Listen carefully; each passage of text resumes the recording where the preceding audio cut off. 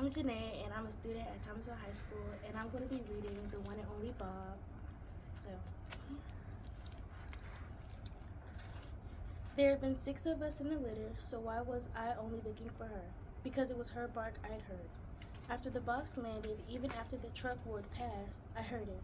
A whimper bark, howl, cry. Something I've never heard since. She survived, at least at first. I survived. The rest of them did. And what did I do when I heard that bark?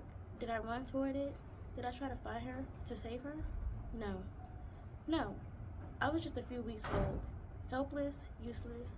The cries stopped almost as soon as they started. And you know what? Part of me was relieved. I didn't want to have to go back onto that highway. I couldn't bear wanting to rescue her and not knowing how. I didn't want to see her die, but mostly I was afraid. I was afraid, a coward. There's a certain freedom that comes with owning your faults.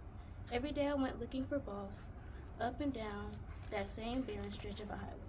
Sometimes I catch a hint of something hopeful on the air and think it was my sister's scent.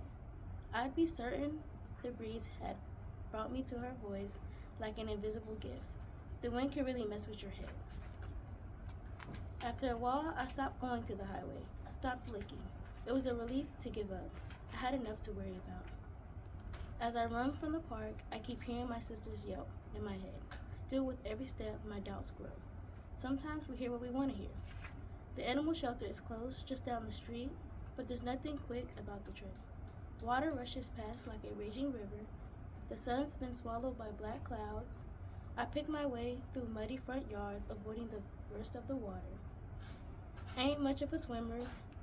Doesn't come up much in my line of work, though I do a possible dog paddle. The problem is my paws are tiny, not much to work with when you're fighting a flood. I see a couple humans with flashlights, carving tunnels in the sheeting rain, but mostly the street seems eerily abandoned, especially after the chaos of the park. The shelter is at the bottom of a slight hill. Rain's poured outside the front door, despite a pile of sodden sandbags. A police car is out front, parked at an odd angle. I find some footing on a large rock near the door. Takes me 3 slippery tries, but I manage to leap onto the topmost sandbag. I bark with all I got, but I might as well be voiceless between the wind and the rain and the howling animals begging for escape. I pause to listen. I hear humans shouting, and I can make out what sounds like police radio chatter. But I don't hear boss. I'm right here, right at the source. Nothing. It wasn't her bark I heard. She's dead, and I'm crazy, and hearing things, and drenched and shivering, and where is Julia? Where is George? Hey, little guy. The door eases open, just a crack. Every bone in my body, every smart part of my doggy brain says run.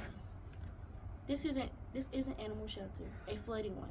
Apparently, my sister isn't here, and I still have to find George and Julia. The door moves. Swoop. The loop comes down around my neck so fast that for a moment I don't know what it is. It's like a cowboy's lasso, the kind in an old western movie I used to watch with Ivan. But this lasso is at the end of a long metal handle. And at the end of the long metal handle is a man. Stay calm, buddy, the man eases me, gently but firmly off the sandbags through the door. I'm inside the Bow Wow Big House, the Hound Pound, the pet poker. Oops.